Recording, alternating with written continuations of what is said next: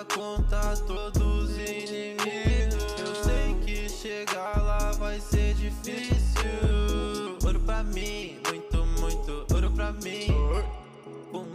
Hey rookies, what's up? Welcome to another edition of the Bourbon Rookie, where today I am the cigar rookie and I am going to be smoking and tasting the Davidoff Winston Churchill Late Hour. Now, I think I have smoked this once before on a vacation in Florida, and I got it at a decent price point for Florida, which was about $28-30. This one I got online through my friends at, well, whatever, I paid for it. They don't need a promo.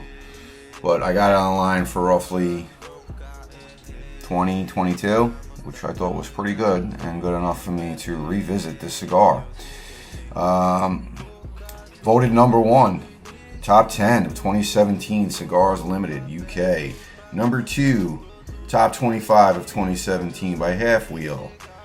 94 by Cigar Dojo. Who the fuck are they? 92 by the Cigar Authority. Alright. Half Wheel, Cigar Snob, Cigar Coupe. Alright. Where's Cigar Aficionado in here? I mean, that would be the one thing I guess I care about. These are all just online ratings, I guess. But high ratings, and yes, we do see it all over the place, especially in Cigar Aficionado. This size looks, I guess, is a Taro. It looks like a 6 by, what is it, a 6 by 60? This is the Toro. No, 6 by 54, Ecuadorian wrapper. The binder's from Mexico, filler from Dominican Republic and Nicaraguan. So they say this should take you about an hour to smoke, which for me, I'm a lot slower than that of a cigar smoker. Usually takes me about 2 hours to smoke something like this. But that's me. I like to take my time with something and really enjoy. Reflect on the flavor changes, think about life, and all kinds of crap. So here's the description. Late Hour series reflects the darkness during which Sir Winston was at his most creative. Davidoff has selected an oily Ecuadorian wrapper in a beautiful dark chocolate color, introducing the first blend featuring tobaccos aged in the finest Scotch single malt whiskey cask. Oh, that's pretty cool. This Toro format provides intensified flavors of wood, spice, dark sweet coffee, dark chocolate, vintage leather, creating bold palate simulation and a rich aroma. Pairing suggestions. Oh, they actually give you a pairing suggestion, guys. I'm on Davidoff of Geneva if you want to look this up for yourself. Whiskey, a malted, smooth, and complex selection with a smoky note. Beer, typical slight bitter ale taste. Blah, blah, blah. Port wine, rum. All right. Interesting. Probably one of the better websites and information websites. Good way to promote your brand. So this being my intro video pre-smoke, I'm going to head outside. I'm probably going to put a V-cut on here, and we're going to light this bad boy up, and we will see you in the blink of an eye.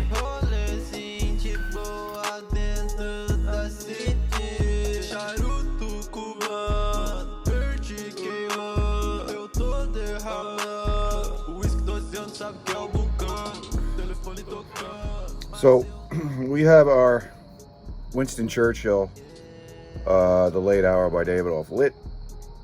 Not lit well, but we're underway. The one thing I forgot to mention in my intro video was the velvety texture to this wrapper. Now I don't know if, because it's getting dark out and I'm at Jeremy Sears with a smoking room, but can you see the oily coating, the oily texture to that Ecuadorian wrapper?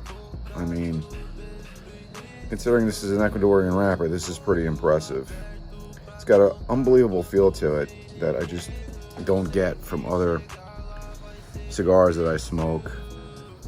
It's probably from the band to the tip, not the foot, but to the head.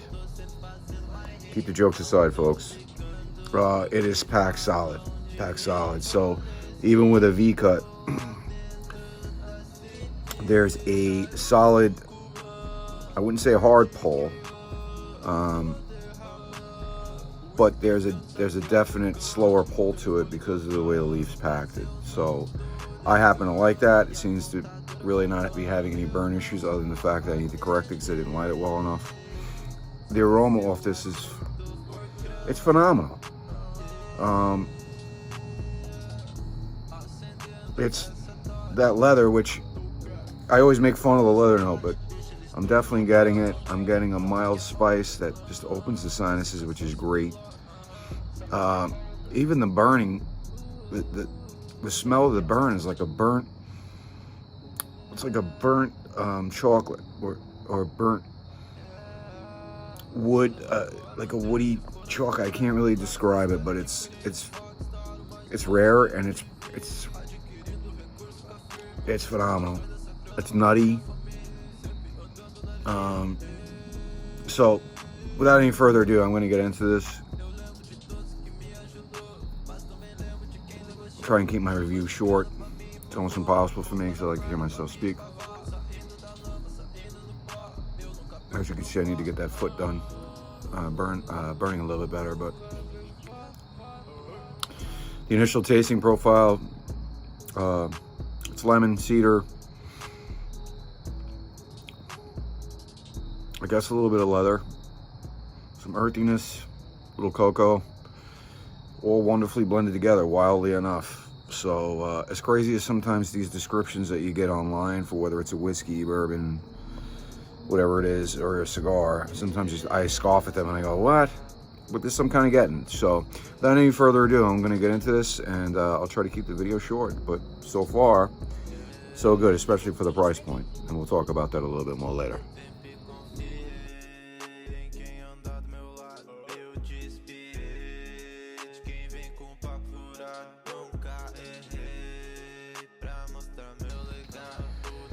So I thought it was important to come back and give some tasting notes because there's a lot going on with this cigar, and it's quite good. It started off with that lemon, cedar, on the retrohale, getting a light cocoa with the lemon and cedar, which is nice because the retrohale's influencing, and the nose is influencing the palate somewhat.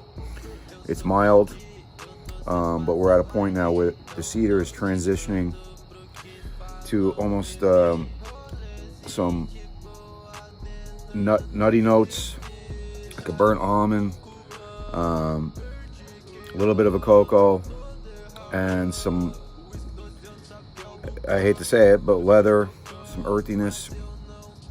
It's leaving a nice velvetyness on the tongue. I don't know how to describe a velvetyness other than like a velvet oil. And it's also making me salivate.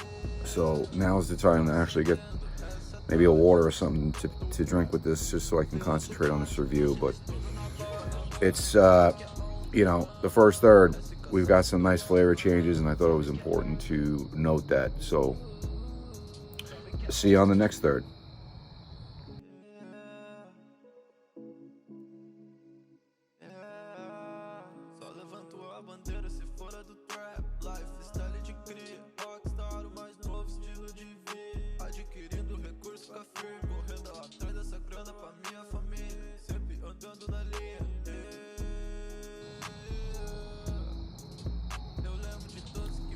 So I'm at a point in the cigar where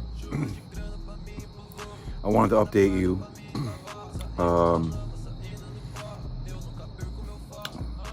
Very syrupy, leaves a lot of saliva, so excuse me, which I'm actually enjoying that. So we've gone from all the the light cedar, the lemon.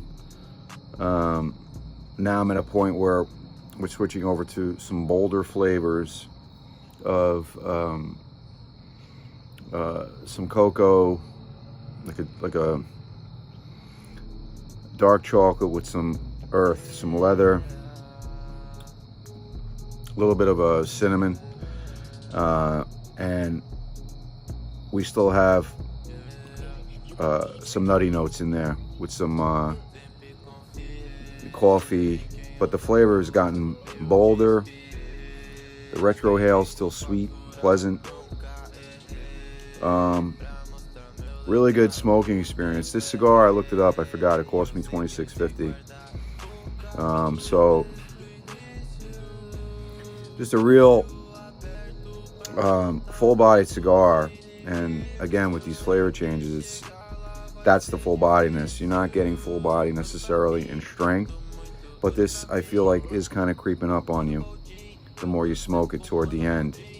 The strength does increase. So yeah, just solid. And I'm not writing down any of my notes, so I figured let me just break in every once in a while and give you an update.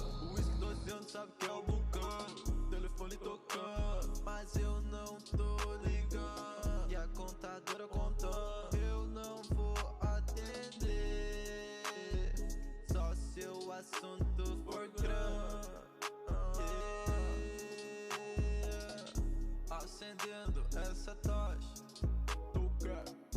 velocidade, deixa eles tudo na bola. Sabe que é onda, esse cansaço piloto. Sabe que é onda, sabe que é onda. So I'm at the end of my Davidoff late hour, Winston Churchill. It's been a great cigar from start to finish. The whiskey pairings, I tried Old Line single malt based on the recommendation from the website. It's the only single malt that I have. Didn't pair well. A lot of, I hate to say it, but the Old Line outshone the cigar. There were a lot of great cherry notes that I thought would pair well with the cocoa and the leather and the cedar, the saltiness, and it didn't really mesh for me. Then I went to Wild Turkey. I went to a lower price proof point at the Wild Turkey 101. It was better, but it's still, this is a cigar that's a standout cigar on its own. The whiskeys stand out on their own. They don't complement each other. If you're into Scotch, maybe a single malt Scotch would do well. I'm not a Scotch guy, so I don't know. Maybe you guys watching this can recommend something in the comments. Maybe even a Guinness, because a Guinness is just nutty and there's not a lot, in my opinion, to a Guinness. Sorry if you're a Guinness lover. Coffee, black coffee, you could try that, but honestly, I would just do this cigar on its own with water, because it's a great cigar. So I totally recommend this cigar. I got at the price point at $26.50. I think I paid for it online. If you're somebody, it took me 2 hours to smoke this. So if you're somebody like me who likes to take his time and enjoy a fine cigar, then just pair it with water. Enjoy it at your cigar shop if you find it.